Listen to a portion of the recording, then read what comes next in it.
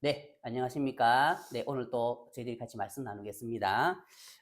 오늘 저희들이 갈라디아서 3장 1절 말씀부터 보겠습니다. 예, 갈라디아서 3장 1절 말씀부터 보겠습니다.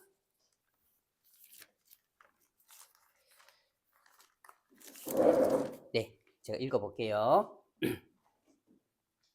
어리석도다, 갈라디아 사람들아.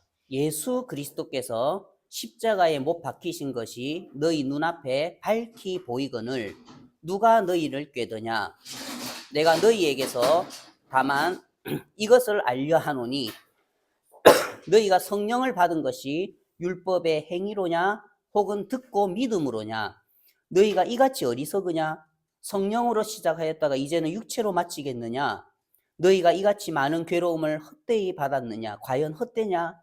너희에게 성령을 주시고 너희 가운데서 능력을 행하시는 이의 일이 율법의 행위에서냐 혹은 듣고 믿음에서냐? 예, 제가 3장 5절까지 읽었습니다. 제가 이제 이번에 이제 고려인들 모임에 갔는데 한 주 또 이제 집회를 하는데 저는 러시아어를 못 알아듣잖아요. 그래서 제가 갔는데 너무 감사한 게 저는 이제 성경을 많이 읽었어요.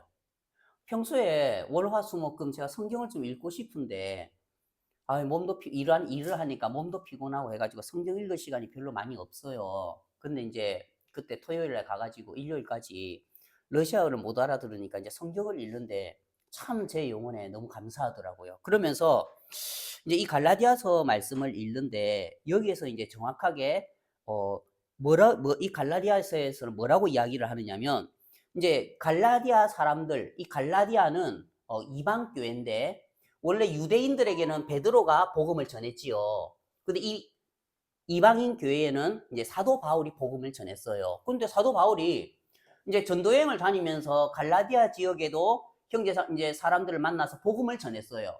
그러니까 사도 바울이 어떤 복음을 전했냐면은 이제 2장 16절에 나오는 것처럼 사람이 의롭게 되는 것은 사람이 마음의 죄를 씻어서 천국 가는 것은 율법의 행위로 말미암음이 아니다. 우리가 선한 행위로 천국 가는 게 아니고 오직 예수 그리스도를 믿음으로 말미암는 줄 아는 거로 우리가 그리스도 예수를 믿나니 이는 우리가 율법의 행위로서가 아니고 우리가 선하게 살고 적선해서 착하게 살아서 천국 가는 게 아니고 그리스도를 믿음으로 예수님이 우리 죄를 이미 담당하셔서 십자가에 못 박히시고 예수님께서 십자가에서 우리 죄를 다 씻어 주셔서 그 피로 우리 죄를 다 씻어서 우리가 그걸 믿는 것으로 구원을 받는 거야.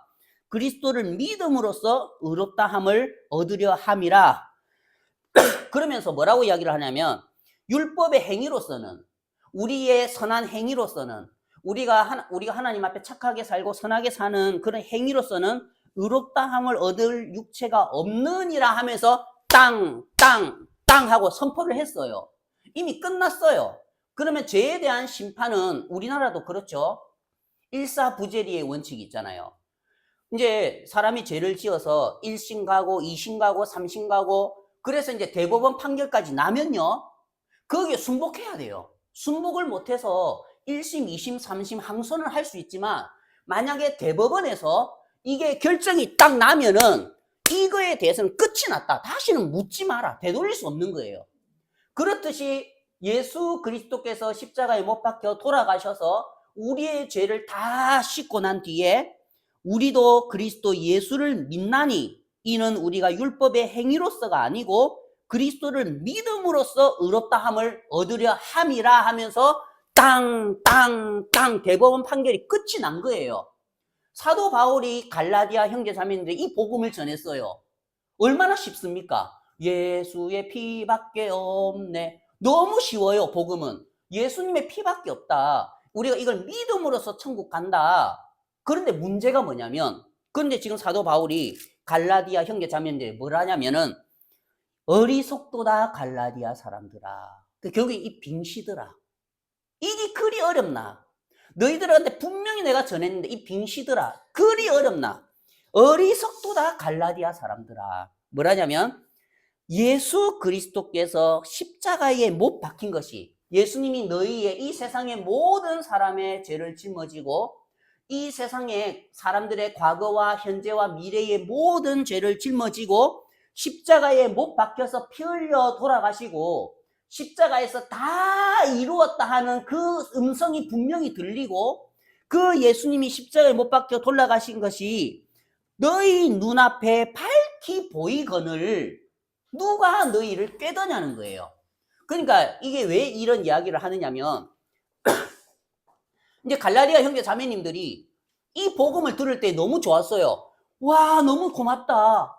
나는 지금까지 율법에 매여서 내가 선하게 살아야 된다고 생각을 하고 내가 율법을 지켜야 된다고 생각을 하고 내가 정말 착하게 살아야 된다고 생각을 했는데 사도 바울이 전해주는 복음을 들으니까 진리를 알지니 이 세상에 진리가 있다는 거예요. 진리를 알지니 진리가 너희를 자유케 하리라. 그 진리의 복음을 들으니까 십자가를 바라보니까 예수님이 이미 내 모든 죄를 담당하셔서 십자가에 못 박혀 돌아가셨다고, 그래서 내 죄를 다 씻으셨다고, 나를 위해서 대신해서 저주를 받으셨다고, 그럼 내가 죄가 없네? 그러면서 그 진리의 복음이 들릴 때 이들이 자유를 얻었단 말입니다. 진짜 진리를 들으면은 내 마음이 죄에서 벗어나요. 그러면서 갈라디아 사람들이 너무나 좋게 예수의 피밖에 없네 하면서 찬송 부르고 있는데 이 갈라디아 교회에 누가 찾아왔어요. 누가 찾아왔냐면 유대인들 중에 복음을 듣고 구원을 받은 사람들이 이 갈라디아 교회에 찾아온 거예요. 그러면서 사도 바울 왔다 갔지? 이거 교회 사도 바울 왔다 갔지? 그러니까 사도 바울이 뭐라 하던데 하니까 이 사람들이 사도 바울이요, 우리는 죄가 있어서 우리가 선하게 살고 착하게 살아야 된다고 생각을 하고 거기 우리가 죄의 짐을 지고 힘들게 살았는데 맨날 교회 가서 하나님 용서해 주세요, 난 죄가 있습니다, 용서해 주십시오, 하나님 제가 어제 거짓말했습니다, 용서해 주십시오, 첫날 만날 이렇게 다람쥐 채바퀴 도는 식으로 맨날 이렇게 회개 기도하면서 살았는데 사도 바울이 오더니 우리에게 영원한 속죄에 대한 복음을 전해줬습니다. 예수님의 피로 우리의 과거와 현재와 미래의 모든 죄가 씻으셨다는 이 기쁜 소식을 저희들에게 전해줬습니다 하고 간증을 하는데 이 갈라디아에 이 온 사람들이 뭐라고 이야기를 하느냐면 사도행전 15장 1절 제가 한번 읽어볼게요. 찾지는 마시고요. 사도행전 15장 1절에 어떤 사람들이 유대로부터 내려와서 형제들을 가르치되 뭐라고 가르치냐면 그래 너희들이 예수님의 피가 우리 죄 다 씻었다고? 그런데 너희가 모세의 법대로 할례를 받지 아니하면 능히 구원을 받지 못하리라는 거라. 이 사람들 너무나 즐거운데 예수님이 내 죄 다 씻었다고 너무 즐거워하는데 이 유대로부터 온 사람들이 뭐라고 이야기를 하냐면 그럼 너희들 할례 받았나? 이 할례라는 건 뭐냐면 이스라엘 백성들이 하나님의 자녀라는 것을 그 몸의 증거로 그 성기의 살을 포경수술하는 거죠. 살을 잘라내는데 너희들 그럼 할례 받았나 한번 보자 하는 거라. 그러면서 너희가 모세의 법대로, 이 모세의 법은 율법이죠. 율법에는 사람이 난 지 8일 만에 할례를 행해야 돼요. 그래서 예수님도 난 지 8일 만에 예루살렘 가서 할례를 행했거든요. 그 모세의 법대로 율법대로 할례를 받지 아니하면 한번 보자. 할례 받았나? 아니 할례 안 받았는데 우리 그냥 믿었는데 사도 바울이 예수님이 우리 죄를 위해서 십자가에 못 박혀 돌아가시고 그 피로 우리 죄를 다 씻었다고 우리 그거 믿었는데 오직 믿었는데 그러니까 뭐라냐면 아니야 하면서 더한 거예요. 그 복음에 행위를 더한 거예요. 할례 받아야 해, 율법대로 살아야 해, 선하게 살아야 돼, 착하게 살아야 돼 하니까 이 갈라디아 형제 자매님들이 헷갈리는 거예요. 사도 바울이 복음을 전해주는 너무 간단했는데 사도 바울은 분명히 오직 성경, 오직 예수, 오직 믿음이라 했는데 유대에서 온 사람들은 뭐라고 이야기를 하냐면 모세의 법대로 할례를 받지 않으면 능히 구원을 못 받는다니까 이 형제자매인데 헷갈리겠습니까? 안 헷갈리겠습니까? 헷갈리는 거예요. 막 넘어지는 거예요. 그리고 15장 5절에 뭐라냐면 바리새파 중에 어떤 믿는 사람들이, 그러니까 유대인들 중에서 이 복음을 믿고 구원받은 사람들인데 그들은 이제 옛날에 이 복음을 몰랐을 때에 율법의 행위대로 살아간 그 삶이 익숙하단 말입니다. 근데 그 사람들이 일어나서 말하되 이방인들에게 할례를 행하고 모세의 율법을 지키라 명하는 것이 마땅하니라 하면서 사도 바울이 전한 오직 믿음, 오직 예수님의 피 위에 뭐를 더하냐면 율법을 더한 거예요. 이해가 가죠? 그러니까 그래서 이제 지금 갈라디아 형제 자매님들이 해롱해롱 하는 거예요. 지금 이제 헷갈리는 거라. 분명히 예수님이 우리 죄를 다 사했다 하면서 지금 뭐랍니까? 회개하고 자백해라 하니까. 그럼 예수님이 십자가에서 씻은 죄는 뭔데? 일이 되는 거예요. 그때에 갈라디아서 1장 6절에 사도 바울이 이제 갈라디아 형제 자매님들이 뭐라고 하냐면 그리스도의 은혜로 너희를 부르신 이를 이같이 속히 떠나 다른 복음을 따르는 것을 내가 이상히 여기노라. 다른 복음이라는 거예요. 예수님의 피, 오직 믿음으로 구원받는 것 외에 우리가 그래도 할례를 받아야지, 그래도 우리가 선하게 살아야지, 그래도 우리가 율법 지켜야지 하면서 하는 거는 뭐라고요? 다른 복음이라는 거예요. 가짜라는 거예요. 그거는. 이해가 갑니까? 가짜라는 거예요. 그러면서 7절에 다른 복음은 없나니 다만 어떤 사람들이 너희를 교란하게 하여, 맞죠? 지금 해롱해롱 하잖아요. 교란하게 하여 그리스도의 복음을 뭐라고요? 변하게 하려 함이라. 복음은요, 오직 믿음이요. 100% 예수 그리스도의 보혈을 믿는 그 믿음으로만 이루어지는 것인데 사단이 교활해서 사람들 마음에 이런 분명한 믿음이 만들어지지 않게 하기 위해서 그 위에다 자꾸 설탕을 섞는 거라. 그 떡 맡은 관원장이 그 꿈에서 보니까 위에 흰 바구니 3개가 있었어요. 그거는 흰떡 세광주리는 뭐냐면은 십자가에서 우리를 위해 찢기신 예수님의 그 살이죠. 그러면 예수님께서 나를 위해서 저 몸으로 우리의 모든 죄를 담당하시고 저 몸이 십자가에서 찢기셨구나. 그러면 그 예수님의 은혜만 의지해서 예수님의 그 삶만 의지해서 하나님께 나가면 되는데, 근데 이 떡 굽는 관원장은 어떻게 했죠? 그 위에 바로를 위하여 구운 각종 식물이 있었단 말입니다. 내가 하나님을 위해서 내 열심으로 구워서 선하게 살고 착하게 사는 그런 행위를 얹어 나갔단 말입니다. 결국 어떻게 됐죠? 목매달렸잖아요. 저주받았단 말입니다. 그래 이 사람이 뭐라고 하냐면 그들은 너희를 교란하여 너희들을 헷갈리게 해가지고 참된 믿음 위에 서 있지 못하게 하고 그리스도의 복음을 뭐라고요? 변하게 하려 함이라.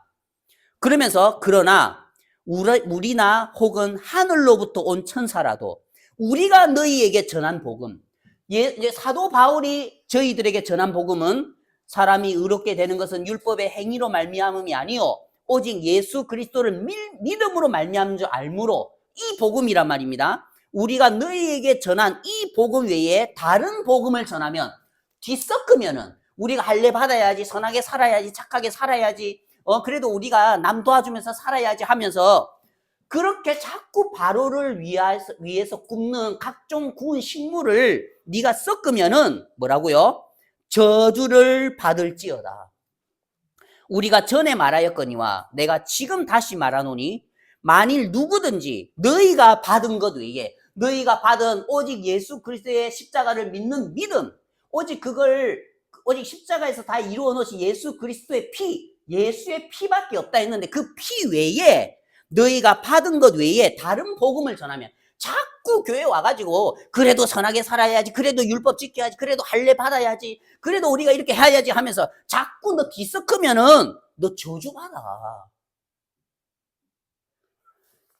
그런데요, 이게요, 갈라디아 이 교회뿐만 아니라 현재도 제2의 제3의 갈라디아 교회가 너무 많은 거예요, 이 세상에. 오직 말은 예수님 우리 죄 다 사했지, 예수님 우리 죄를 다 갚으셨지, 십자가에 다 이루셨지, 그래도 우리가 선하게 살아야지, 우리가 착하게 살아야지, 우리가 율법 지켜야지. 독도 있고 울릉도 있고 제주도는 있어도 그래도는 없어요.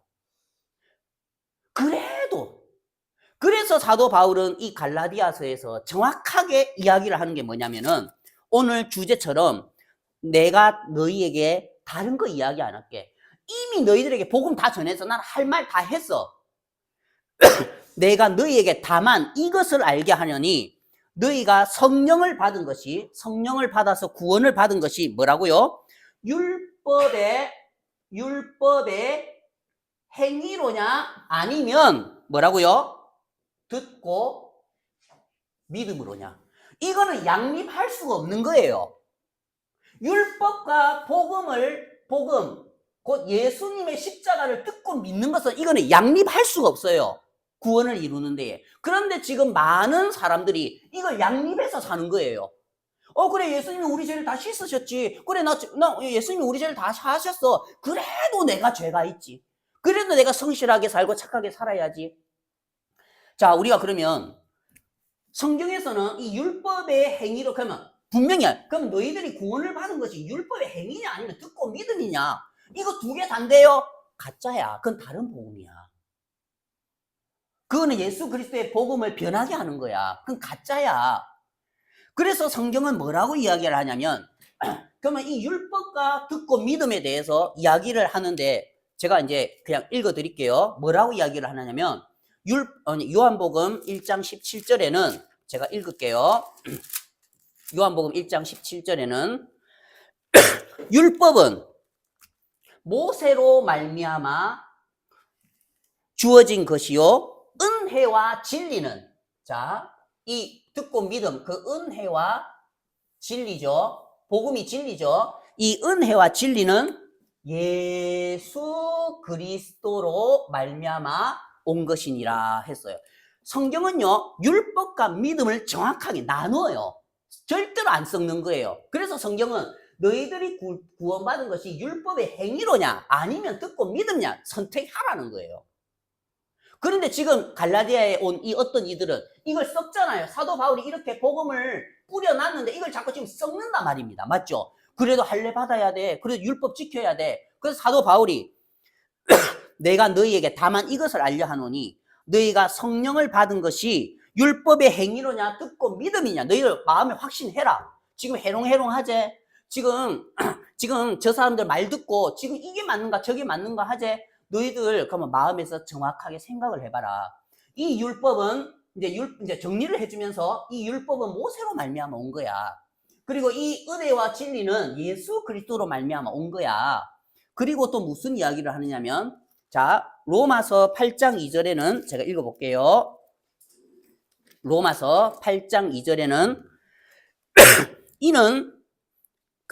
이는 그리스도 예수 안에 있는 자 생명의 성령의 법이라는 거예요. 예수 그리스도 안에 있는 생명의 성령의 법이 죄와 사망의 법에서 너희를 뭐라고요?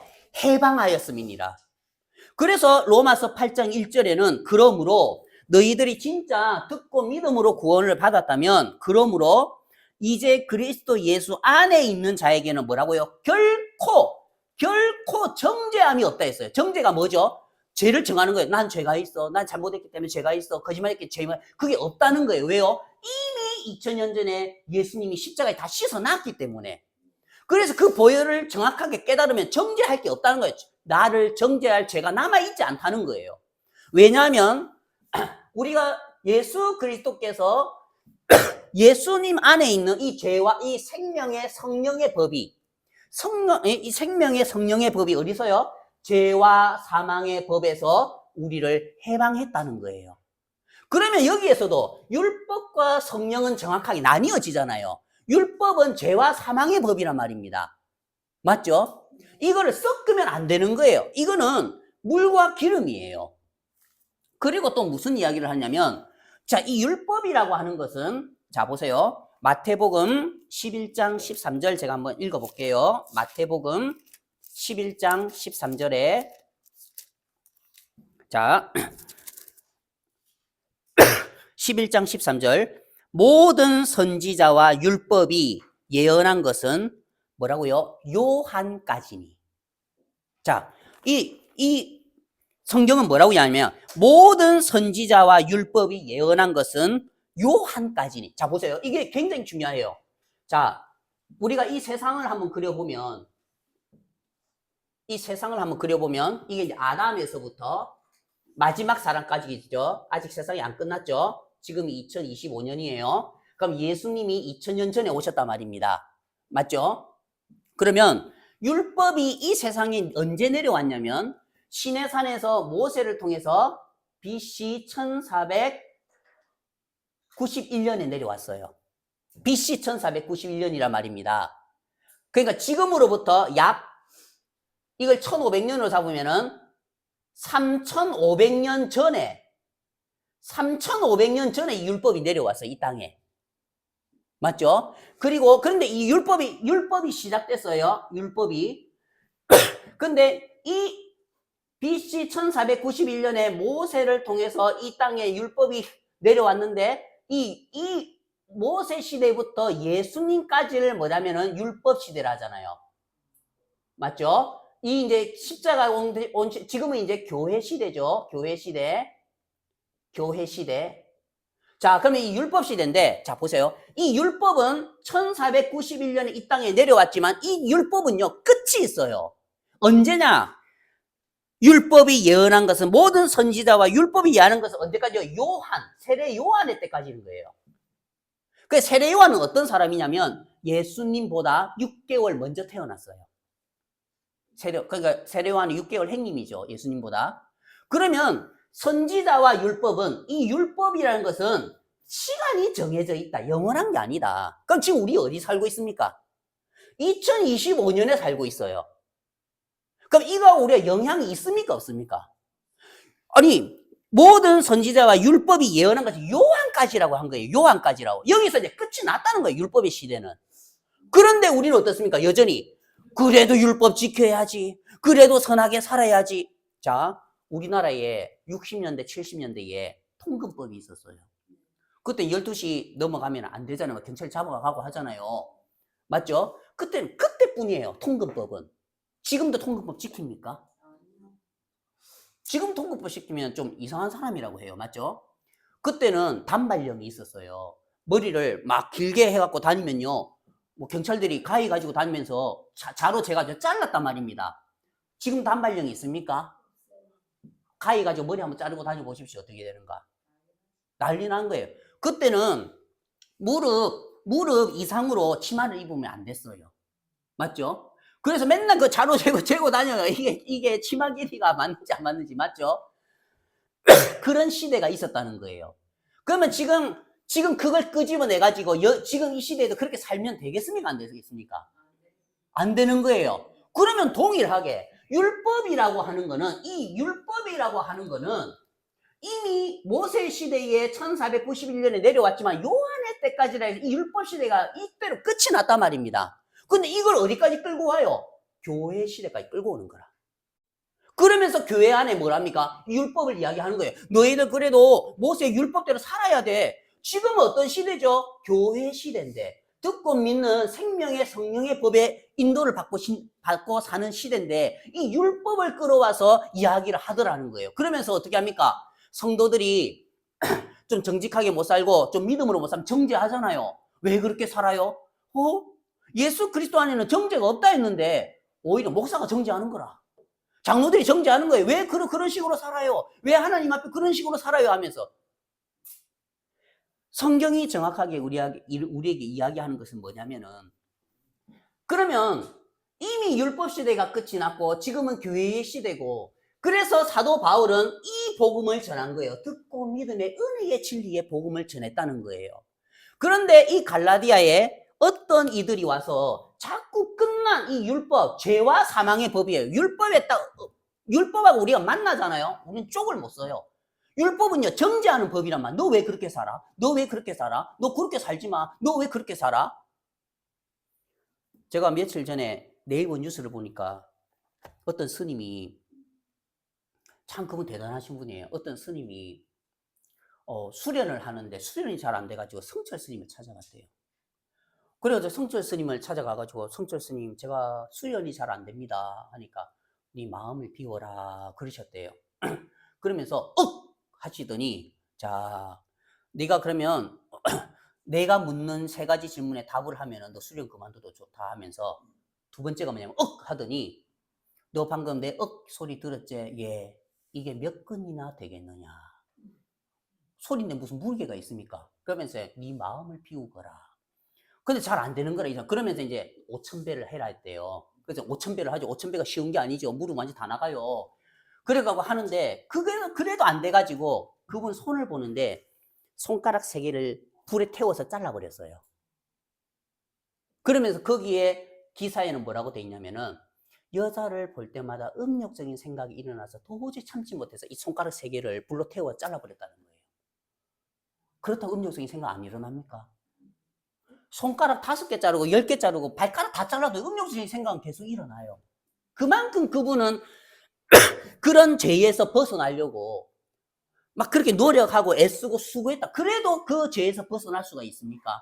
못 벗어나는 거예요. 안 되는 거예요. 우리 마음에서 올라오는 거는 어쩔 수가 없어요. 그래서 사도 바울은 우리가 이제 율법의 행위로서가 아니라 이 그리스도의 복음 우리는 안 되기 때문에 예수님이 이 땅에 오셨고 그 예수님께서 우리를 대신해서 십자가에 못 박혀 돌아가셨다. 그래서 우리가 그걸 받아들이는 거다. 그게 구원이라고 하는 너무나 쉬운 듣고 믿는 이 은혜의 진리의 복음을 전했다는 거죠. 그런데 이 어떤 이들은 자꾸 여기에다가 뭡니까? 너무 쉬우니까, 너무 간단하니까, 진리가 뭐 이게 진리야? 너무 쉬운데? 진리는 쉬워야 해요. 그래야 어린애들도 구원받고 천국 가죠. 진리는 쉬워야 80 먹은 분들, 90 먹은 분들 진리는 쉬워야 이 쉬운 진리를 받아들이고 천국 가지요. 진리가 어려우면 안 돼요. 진리는 간단하고 쉬워야 해요. 그런데 이 사람이 보기에 이 어떤 이들은, 이 바리새인들은 와 이거 너무 쉬운데 우리는 이 복음 받아들이려고 태어나면서부터 우리가 할례를 행하고 집에서 막 모세 오경을 애우고 율법대로 살려고 하고 있는 이 이방인들은 보니까 지금 멋대로 살다가 이 복음 하나 받아들여서 구원받았다 하니까 시샘이 납니까 안 납니까? 시샘이 나는 거라. 그러니까 찾아와가지고 이거 복음 듣고 구원받았다며. 근데 할례 받았나? 괜히 좀 있는 것처럼 보이고 싶은 거라. 할례 받았나? 율법 지키나? 그러니까 이제 이 갈라디아 사람들이 흔들리기 시작하는 거죠. 그러면 중요한 게 뭐냐면 왜 이런 일들이 일어나냐면 이 일은 어떻게 보면 기독교 역사상 계속해서 이 싸움의 전쟁이었어요. 진짜 참된 복음을 전하는 교회는 이 복음을 지키고 싶어 했어요. 오직 듣고 믿음으로. 우리가 행한 게 아무것도 없다. 우리는 의인은 없나니 하나도 없으면 이 세상의 모든 사람들이 다 죄인이다. 그래서 우리의 선한 행위로는 천국 갈 수 없다. 그래서 오직 예수 그리스도께서 우리를 위해서 해놓으신 그 은혜를 받아들임으로 천국에 간다 하고 이걸 지키고자 하는 교회가 있고 근데 마귀는 어떻게 합니까? 이걸 자꾸 섞는 거예요. 자꾸 섞어가지고 그 그리스도의 복음을, 단순한 복음을, 쉬운 복음을, 능력 있는 복음을, 오직 예수의 피밖에 없는 그 복음을 자꾸 어떻게 합니까? 섞으려고 한단 말입니다. 칵테일은 섞어가지고 여러 가지 섞어가지고 여러 재밌는 맛이 나지요. 근데 예수님의 피는요 섞으면 안 돼요. 100% 그 술 맡은 관원장이 앞에 포도나무가 있고 그 포도를 짜서 그대로 잔에 짜서 나갔듯이 거기에다가 설탕 넣으면 안 돼요. 거기에다가 무슨 식초 넣으면 안 되고 물 좀 섞으면 안 돼요. 그대로 들고 하나님 앞에 나가야 받을 수가 있다는 거예요. 그러면 이제 성경에서 하고자 하는 말은 뭐냐면은 그 사도 바울이 그 이야기를 하는 거예요. 그 갈라디아 사람들아, 너희들이 복음을 들은 것은 듣고 믿음이었다. 결국에는 이게 이제 사도 바울은 구원받은 사람들, 또 그 구원받은 사람들의 삶에 대해서 사도 바울이 이제 이야기를 해주길 바라는 거예요. 그러면 이제 이 사람들이 갈라디아 사람들에게 묻는 거죠. 그래, 너희들이 그러면 복음 듣고 구원받았다 치자. 그럼 앞으로 삶은 어떻게 살아야 되는데?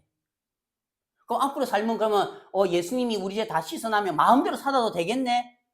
그 부분에 대해서 사도 바울은 어떤 이야기를 하느냐면 자, 로마서 5장 11장 17절에 로마서 11장 17절에 로마서 11장 17절에 뭐라고 그러면 구원받은 뒤의 삶에 대해서 이야기를 하는 거예요. 자, 또한 가지 얼마가 꺾이었는데 돌감람 나무인 네가 그들 중에 젖붙임이 되어 참 감람나무 뿌리의 진액을 함께 받은 자가 되었은즉. 이게 이제 복음의 비밀이라는 거예요. 자, 원래 여기에 돌감람나무가 있었어요. 돌감람나무. 그럼 여기 가지가 있었다면 여기 뭐가 열리죠? 돌감람 열매가 열리겠죠. 맞죠? 자, 사과나무에서는 어떻게 하죠? 당연히 사과가 열리죠. 그러니까 돌감람나무이기 때문에 돌감람이 열리는 게 당연한 거예요. 그런데 이제 성경은 뭐라냐면 구원이라고 하는 거는 원래 우리는 죄의 나무에 붙어 있었기 때문에 우리가 범죄를 하며 살았단 말입니다. 죄의 나무에 우리는 붙어 있었어요. 그래서 범죄를 하면서 살았는데 구원이라고 하는 거는 이 돌감람나무 가지였던 너희들, 죄에서 붙어 있어서 범죄를 했던 너희들을 내가 가지치기를 해가지고 어디로요? 참감람나무. 참감람나무. 이 예수님을 뜻하거든요. 이 예수님에게로 뭐라고요? 접붙였다는 거예요. 접붙임이라는 거예요. 맞죠? 그럼 이거 뭐겠어요? 돌감람 가지겠죠. 맞죠? 우리는 돌감람 가지로 살고 있다가 은혜를 입어서 우리가 이게 접붙임이 된 거예요. 이게 뭐라면은 구원이라는 거예요. 흑암의 권세에서 생명의 아들의 나라로 옮겼다는 거예요. 근데 문제는요. 자, 보세요. 세상은 이게 배나무면은 만약에 감가지를 갖다가 감가지를 접붙이면은 열매가 뭐가 열립니까? 가지를 따라 열매가 열려요. 감이 열려요. 희한하죠? 야, 이 가지가 뭐라고?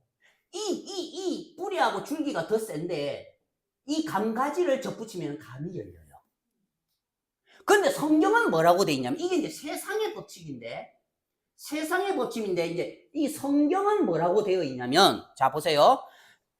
17절에 또한 가지 얼마가 꺾이었는데 돌감람나무인 네가 그들 중에 접붙임이 되어 참 감람나무 뿌리의 진액을 함께 받는 자가 되었은즉. 맞죠? 그러면서 무슨 열매가 열리냐면은 참 감람이 열린다는 거예요. 말이 됩니까 이게? 세상의 법칙으로는 이게 참 감람이 열린다는 건 말이 안 되는 거예요. 우리가 알기로는 아닌데 배나무에다가 감나무 가지를 하면은 분명히 감이 열리는데, 그럼 이것도 원칙대로 하면은 비록 참 감람나무이지만 돌감람 가지를 접붙이면은 돌감람이 열려야 돼요. 근데 성경은 뭐라고 이야기를 합니까? 24절에 네가 원 돌감람나무에서 찍힘을 받았잖아요. 맞죠? 죄에서 찍힘을 받은 거예요. 그래서 옮겨진 거예요. 이게 구원이라는 거예요. 찍힘을 받고 뭐라고요? 본성을 거슬러. 놀라운 말이 나오는 거예요. 본성을 거슬러. 그 돌감람나무의 본성을 거슬러. 우리의 육신의 본성은 어떻습니까? 복음은 듣고 구원은 받았지만 그래도 예쁜 여자 오면 음란한 생각이 일어나고 좋은 시계 보면 갖고 싶으면 여전히 우리는 똑같아요. 이 본성은 똑같단 말입니다. 인간의 본성이라고 하는 거는. 맞죠? 인간의 기질은요 절대 안 바뀝니다. 예, 아무리 노력하고 애쓰고 수고해도요 성경은 뭐라고 하냐면 우리 인간의 선은 도금한 금반지하고 똑같아요. 자, 제가 길을 가는데 거지가 있어요. 불쌍히 여기는 마음이 일어나겠죠? 제가 다 옷을 한번 벗어줄 수 있어요. 또 갔는데 또 거지가 있어요. 그럼 내가 밥을 한번 해줬어요. 아, 나는 선해, 착해 생각하죠. 그런데 그 다음날 그 거지가 친구 100명하고 우리 집 앞에 줄 서 있는 걸 밥을 넣으라고. 화가 납니까? 안 납니까? 화가 나는 거라.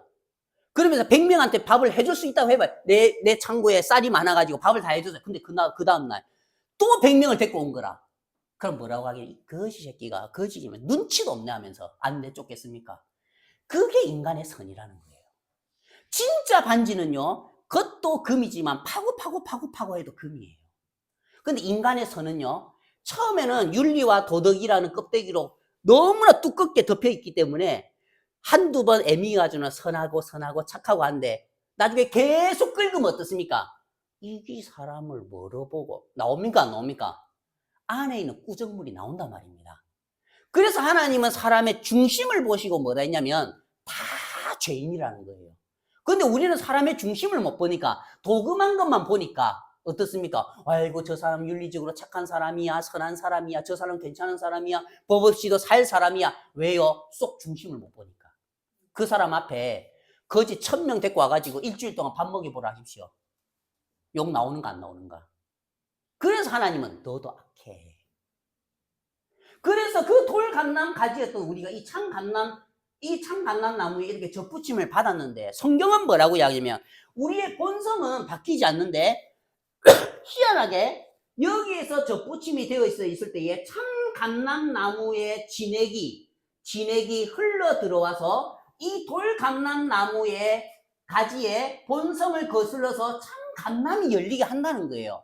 이게 무엇을 이야기를 하느냐면 그러면 우리가 복음을 듣고 구원을 받고 난 다음에 우리는 이미 참감람나무에 접붙임이 된 돌감람나무 가지인데 그러면 사람들이 착각을 해요. 그러면 이 돌감람 가지가 바뀌었습니까? 안 바뀌었어요, 여러분. 맞죠? 이 돌감람 가지는 안 바뀌어요. 죽어도 안 바뀌어요. 그러면 이 돌감람 가지가 하는 일은 한 가지예요. 이미 복음을 듣고 구원을 받아서 참감람 이 줄기에 붙어 있는데 여기에서 진액을 흘러받는 거라는 거죠. 교회 안 이 진액은 뭐냐면 말씀이고 예수님의 마음이라는 거예요. 교회 안에서 예수님의 말씀을 계속 듣고 말씀이 계속 차고 또 예수님의 마음이 내 마음에 흘러 들어오면은 어떻게 된다고요? 본성을 거슬러서 참감람의 열매를 맺는다는 거예요. 이게 바로 복음을 듣고 구원받은 그리스도인의 삶이라는 거예요. 근데 사람들이 성화에 대해서 이야기를 많이 해요. 성화 들어봤죠? 성화에 대해서 우리가 정확하게 정의를 내려야 돼요.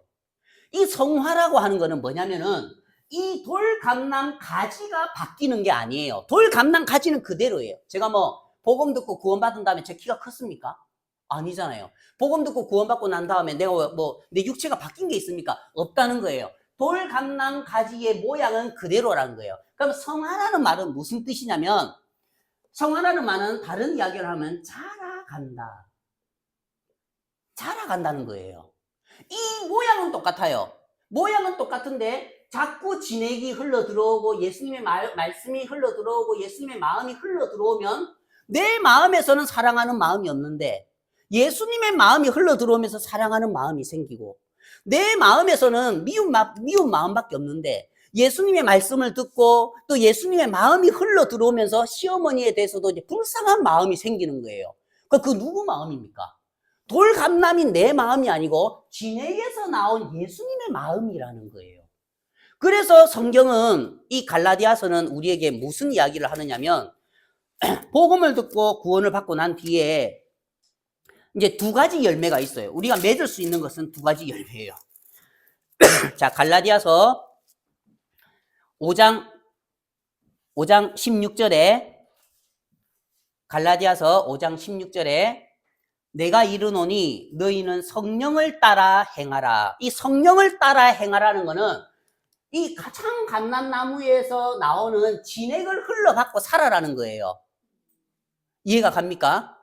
너희는 구원받았잖아. 너희들 죄의 나무에서 돌감람나무에서 옮겨졌잖아. 그러면 이건 구원은 끝이에요. 더 이상 구원 여기에다가 행위를 더하면 안 돼요. 자, 이 돌감람나무에서 가지치기를 한 분은 농부란 말입니다. 농부가 가지를 떼가지고 농부가 접붙임을 했잖아요. 우리가 한 게 있습니까? 없습니까?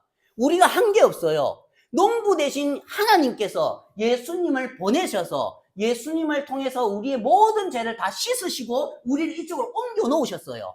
그런데 마귀는 우리를 속이지요. 어떻게 속입니까? 너 구원받은 지 10년 됐다며. 너 구원받은 지 20년 됐다며. 그런데 여전히 모습은 뭐예요? 돌감람 가지의 모습인 거라. 나는 구원받은 지 10년 됐고 내가 교회 안에서 말씀도 많이 들었는데 근데 내 모양은 바뀝니까? 안 바뀝니까? 돌감람 가지는 안 바뀌어요. 근데 사람들은 성화의 조건을 뭐로 보냐면 이 돌감람이 바뀌었나 안 바뀌었나.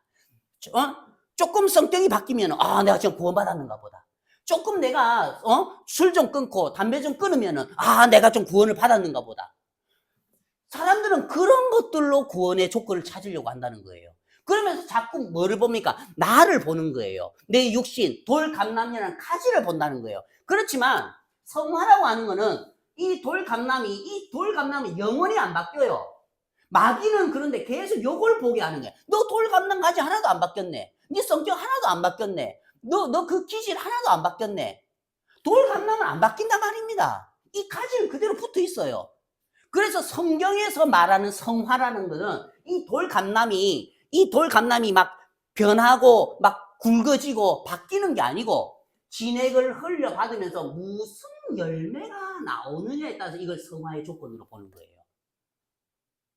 이해가 가죠? 그래서 뭐라고 이야기를 하냐면 22절에 오직 성령의 열매는, 여기에서 말하는 거는 성령의 열매는 하면서 사랑과 희락과 화평과 오래 참음과 자비와 양성과 충성과 온유와 절제니 이 같은 것을 금지할 법이 없느니라. 자, 보세요. 우리한테서 이런 것들이 나오면 성화됐다고 이야기를 하겠죠. 이런 것들이 나오면은 지금 내가 구원받았는가 보다 하겠죠. 그런데 성경은 뭐라고 이야기합니까? 이거에 뭐라고요? 성령의 열매라는 거예요. 이 돌감람 가지의 열매가 아니라는 거예요. 착각하면 안 돼요. 이건 나에게서 열리는 열매가 아니고 결국에는 성령의 열매, 진액의 열매라는 거예요. 이해가 가죠? 그러니까 이거는 여기에서 나오는 사랑과 희락과 화평과 오래 참음과 자비와 양성과 충성과 이런 열매들은 내가 열심히 노력해서 선하게 살아서 내가 또 율법을 지켜서 내가 정직하게 살아서 맺는 열매가 아니고 결국에서 어디서 나오는 거예요? 진액을 흘려받음으로 본성을 거슬러서 하나님의 말씀은 능력이 있어서 우리의 생각을 바꾸고 우리의 본성을 거슬러요. 이해가 갑니까? 그만큼 하나님의 말씀은 능력이 있는 거예요. 우리의 생각을 부순단 말입니다. 날카로운 검처럼. 그래서 우리의 본성을 거슬러서 우리로 어떻게 해요? 이런 열매를 맺으면서 이렇게 자라가는 삶을 살게 한다는 거예요. 맞죠? 그러면 이걸 안 보고 내 자신을 보면 또 어떻습니까? 여전히 돌감난 나무 가지라. 이 가지는 영원히 안 바뀌어요. 근데 마귀는요, 자꾸 우리한테, 우리는 이제 오로지 초점은 진액을 흘러봤는데 초점을 둬야 되는데, 마귀는요, 진액을 흘러봤는데 이게 초점을 두는 게 아니라, 야, 네 모습 봐봐. 너 여전히 성격이 똑같잖아. 너 여전히 기질이 똑같잖아. 네 여전하네? 돌감나무 가지는 여전하지요. 그래서 이걸 정확하게 아는 사람들은 자기를 통해서 성령의 열매, 진액의 열매가 나왔을 때 이 열매를 통해서 나를 세우지 않는다는 거예요. 자기가 돌감람 가진 걸 정확하게 깨달은 사람은 하나님, 이거는 당신 열매입니다. 이건 진액의 열매입니다. 제가 시어머니를 사랑해요. 천만에 만만해요. 솔직히 저 복음 듣고 구원받기 전에 시어머니 죽이고 싶었습니다. 맨날 갈구고 이 말하고 저 말하고 시어머니 때문에 스트레스 받아서 심장 수술했습니다. 그런데요, 제가 기도하니까요, 시어머니 영혼이 불쌍한 마음이 일어나네요. 이게 제 마음이겠습니까? 진액에서 흘러나온 성령의 열매지요. 그 마음으로 그리스도인들은 산다는 거예요. 어떤 법이 있어서 이렇게 해라 저렇게 해라, 거짓말하지 마라, 선하게 살아라, 율법 지켜라, 착하게 살아라, 그런 수준으로 사는 게 아니고 듣고 믿음으로 이 생명의 성령의 법, 곧 무슨 법이죠? 진액이라는 거예요. 진액으로 말미암아 산다는 거예요. 이해가 가죠? 그래서 하나님은 우리에게 이 부분에 대해서 이야기를 하시면서 우리가 복음을 듣고 구원을 받는 것은 결국에는 이 돌감람 나무의 가지였던 우리가 젖붙임이 된 거고, 예전에 돌감람 가지였으면 지금도 돌감람 가지예요. 이걸 바꾸려 하면 안 돼요. 그래서 사람들은 이걸 바꾸려고 막 애쓰고 수고하다가 뭐랍니까? 아이고, 나는 신앙 못해. 나는 안 되는가 보다. 구원받은 10년 됐는데도 똑같네. 똑같지요. 우리는 똑같아요. 죽을 때까지 우리는 똑같아요. 그래서 뭐라고요? 너를 의지하지 말고 감람나무의 진액이 일하도록, 그러면 본성을 거슬러서 이런 열매를 맺고, 이게 바로 성화의 삶, 자라가는 삶이라는 거예요. 그러니까 이게 자라가는 이게 열매를 맺는 이게 나에게 있지 않고 바로 그 진에게 있다는 거예요. 참 감람나무에게. 그래서 예수님이 요한복음 15장에 그랬죠. 내 안에, 내가 너희 안에 있고 너희가 내 안에 있으면 열매를 많이 맺는다 했잖아요. 붙어 있으면 되는 거예요. 사랑하는 가지야, 내 안에 있어라. 내 안에 있으면은 이 진액이 흘러 들어와서 본성을 거슬러서 하나님이 기뻐하시는 성령의 열매를 맺는 그런 살아가는 삶을 살게 하는 거예요. 이해가 가죠? 그래서 사도 바울은 이런 이야기들을 하시면서 그럼 과연 우리가 그래 복음 들은 건 알겠습니다. 구원받은 걸 알겠습니다. 그럼 구원받은 성도들은 어찌 살아야 될까요? 구원받았다는 거는 우리는 접붙임을 받은 거죠. 그러면 뭐 하냐? 이 가지가 하는 게 뭐가 있겠습니까? 그냥 받아들이는 거예요. 진액을 받아들이는 거예요. 가지가 어떻게 스스로 열매를 맺겠습니까? 뿌리에서부터 물이 올라와야지. 그 물을 받는 사람이라는 거예요. 여기에 예수님의 마음도 있고 여기에 사랑의 마음도 있고 희락의 마음도 있고 화평과 오래 참음과 자비와 양성과 충성과 온유와 절제의 그런 마음들이 다 예수님 안에 있는 거죠. 그래서 사도 바울은 이 복음을 전하고 싶었다는 거예요. 정말 우리가 이 돌 감람나무 가지였던 우리가 참 감람나무에 접붙임이 되는 거는 오직 뭐라고요? 오직 듣고 믿음이다. 이게 복음이라는 거예요. 이게 구원이랑 오직 듣고 믿음이다. 그리고 그 뒤에 살아가는 삶은 이 생명의 성령의 법, 곧 진액의 법, 곧 접붙임의 이 법이 우리를 이끌어가는 거다. 이해가 갑니까? 그래서 사실 그렇잖아요. 부모가 자식을 사랑하는 거 율법입니까? 애가 태어나자마자 경찰이 와가지고 자식 사랑 안 하면 죽입니다. 자식 사랑하세요. 자식 사랑하세요. 그래서 사랑합니까? 그런 부모 없어요. 저절로 내 새끼면 사랑하는 마음이 일어나요. 우리 속에서 우러나오는 마음이에요. 하나님이 주신 마음이라는 거예요. 그렇듯이 우리 그리스도인들도 이 진액을 받아들이고 말씀을 받아들이고 그 주님의 마음이 우리 마음에 밀려 들어오면서 그 주님이 주시는 사랑으로 남을 사랑하게 되는 거고 주님이 주시는 그 긍휼히 여기는 마음으로 남을 긍휼히 여길 수 있는 그런 그러면 쉽잖아요. 내 속에 사랑이 있어서 사랑을 나타내는 건 쉬워요. 그건 내 속에 사랑도 없는데 내가 율법대로 사랑하면 살아야 돼. 내가 사랑해야 돼 하면서 내가 쥐 짜가지고 사랑을 만들어서 사랑하려면 그 얼마나 힘듭니까? 안 그렇습니까? 그렇지만 진액에서 그냥 흘러 들어오면요. 이 진액의 힘은 하나님의 사랑의 힘은 너무 강하기 때문에 내가 본성을 안 거스르려 해도 주님의 힘이 저절로 본성을 거스르게 해요. 저절로 열매를 맺는단 말입니다. 그러면 우리는 하나님께 영광을 돌리는 거죠. 주님 감사합니다. 나는 돌감람 가지였습니다.